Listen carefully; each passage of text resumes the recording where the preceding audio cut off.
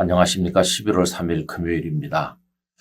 그동안 우리가 요한복음을 읽어 내려왔는데요. 오늘부터 사도행전을 읽습니다.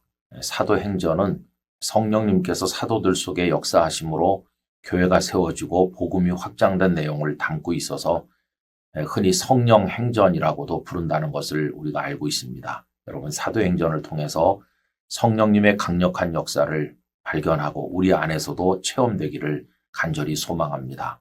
오늘 읽을 대목은 사도행전 1장에서 3장까지고 그 중에서 유명한 요절 1장 8절 말씀을 나누겠습니다. 오직 성령이 너희에게 임하시면 너희가 권능을 받고 예루살렘과 온 유대와 사마리아와 땅 끝까지 이르러 내 증인이 되리라 하시니라. 아멘.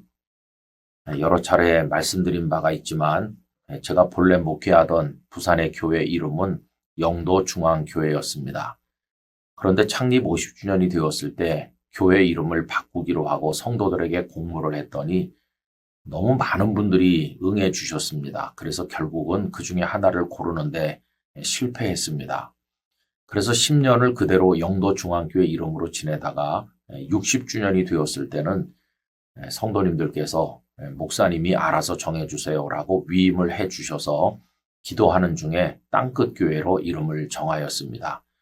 땅끝교회라고 정하게 된 데는 몇 가지 이유가 있지요. 우선은 그 영도라는 것이 우리나라 동남쪽의 맨 끝입니다. 육안으로 대마도가 보일 정도니까 그래서 지리적으로 땅끝이라는 생각이 들었고 무엇보다도 선교적 비전이 소중했는데 그때 성경 말씀 사도행전 1장 8절 오늘 읽은 말씀이 떠올랐습니다. 땅끝까지 이르러 내 증인이 되리라 하시니라. 그래서 그 교회가 성도들 가슴속에 복음의 불길이 타오르고 전도적 선교적 사명을 예수님 오시는 그날까지 감당하기를 바라는 소망으로 땅끝교회로 이름을 정하게 되었습니다. 그때 교회 창립 60주년을 맞이해서 미얀마 양곤의 공항 근처에 선교센터를 짓고 오가는 선교사들이 쉼을 얻도록 했고 국제 유치원을 비롯한 교회 개척 사역을 시작하게 되었습니다. 여러분, 저는 이 사도행전 1장 8절을 땅끝 비전이라고 부르기를 좋아하는데 땅끝 비전이라고 부른다는 것은 땅끝까지 가서 전한다는 뜻도 있고요. 우리가 복음을 위해서 쏟는 헌신과 열정이 땅끝까지 우리가 가진 진액을 다 쏟기까지 최선을 다한다, 전심전력한다 하는 의미에서 땅끝 비전이라고 부르기도 했습니다. 이걸 잘 보여주는 분은 사도 바울이십니다. 그분은 비록 예수님의 12 제자 속에 포함된 분은 아니었지만은 핍박자로 살다가 뒤늦게 주님의 부름을 받았지만 누구보다도 땅끝 비전을 가슴에 품었던 분이십니다. 당시 땅끝은 오늘날의 스페인인 서바나로 인식되었는데 그는 서바나에까지 가서 복음을 전하기를 원했습니다. 로마서 15장 23절입니다. 이제는 이 지방에 일할 곳이 없고 또 여러 해 전부터 언제든지 서바나로 갈 때에 너희에게 가기를 바라고 있었으니 그는 서바나까지 가서 땅끝까지 가서 예수님의 복음을 전하고자 하는 열망을 가졌습니다. 여러분, 이런 선배들의 복음에 대한 열정이 전 세계로 복음이 확산될 수 있는 원동력이 되었습니다. 성령님께서는 이런 사람들 속에서 역사하시는 것이죠. 그러다가 19세기에 와서는 복음이 아프리카, 아시아 여러 지역에 퍼져서 예일대학교 교회사가였던 라토레 교수는 19세기를 사도행전 1장 8절이 성취된 위대한 세기라고 부르기도 하였습니다. 물론 아쉬운 것은 순수한 선교가 아니고 그때는 유럽의 힘있는 여러 나라들이 식민지를 개척할 때 군대와 함께 선교사가 같이 갔다는 치명적 약점이 있긴 있었습니다. 그러나 어쨌든 아시아, 아프리카 복음을 들어보지 못한 여러 곳에 하나님의 복음이 전해진 것만은 사실입니다.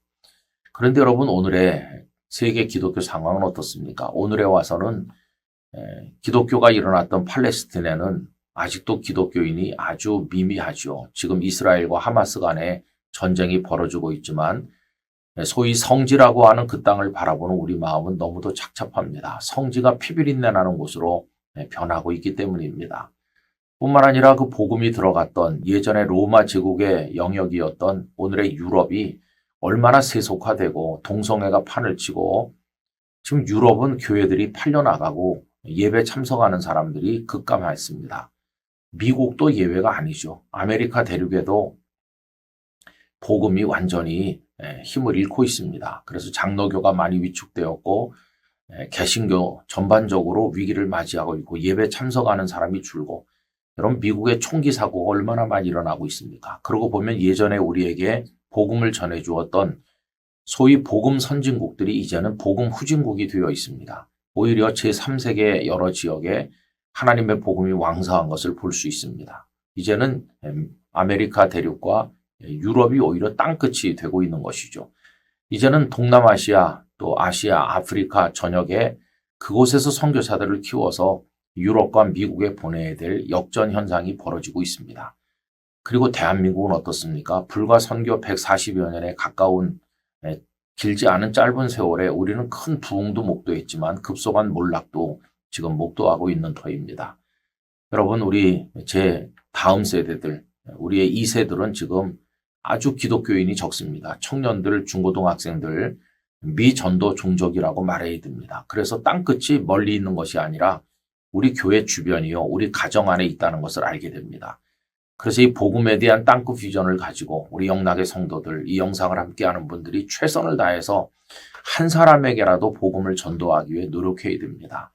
올해 11월 셋째 주일 추수감사주일을 전도하는 날로 우리 정해서 말씀 따라 전도 행진 이걸 진행하고 있는데 여러분 꼭 영혼을 전도할 수 있도록 최선을 다해 주시기를 바랍니다. 온 교회가 여기에 매진해야 되고 한국 교회가 다시 한번 복음의 불이 붙는 위대한 역사를 보게 되기를 원합니다. 우리 모두의 가슴에 성령님께서 땅끝 비전으로 불 붙여 주시기를 간절히 소원합니다.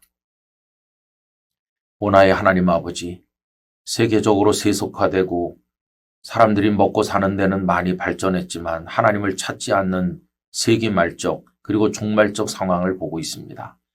이제는 땅끝이 멀리 있는 게 아니라 우리 주변임을 깨달으며 저희 한 사람 한 사람이 끝까지 생명의 복음을 전하는 일에 최선을 다하도록 복음의 열정을 허락하여 주옵소서. 생명의 구주이신 예수님의 이름으로 기도 올리옵나이다. 아멘.